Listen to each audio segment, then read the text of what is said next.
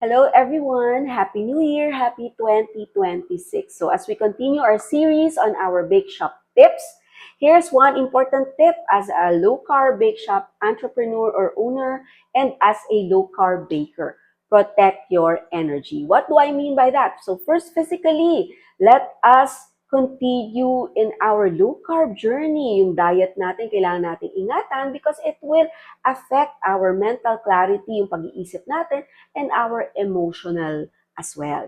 Okay? So, bakers, kailangan din matulog, kailangan din magpahinga, at kailangan din talagang asikasuhin ang ating mga katawan. Pangalawa, for our protecting our energy, of course, this involves our mental and emotional health. Okay? So, first, surround ourselves with positive people or people that we know that will support us. So, minsan sa social media, meron tayong mga bashers, meron mga naiinggit, merong mga nakatingin, ay, ba't ang ganyan ang bake niya, ay, ba't ganyan ang negosyo niya, ay, ba't ganyan ang ginagawa niya. Marami po talagang ganyan at hindi po talaga mawawala yan.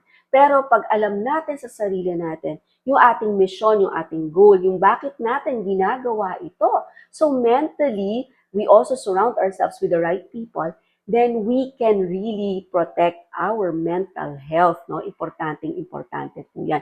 And minsan din talaga, meron tayong mga sa social media, meron kumo-connect sa atin ng mga tao na siguro acquaintance or minsan lang natin na-meet or nakilala.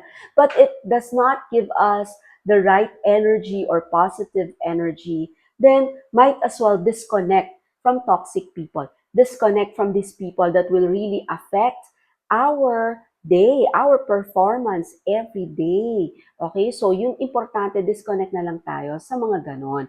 And of course, spiritually, dapat spiritually grounded din tayo. We do not forget that we are also, kailangan din natin ang Panginoon sa buhay natin. That we will always hang on to the Lord in faith kasi siya lang talagang may kakayanan to bless everything that we do.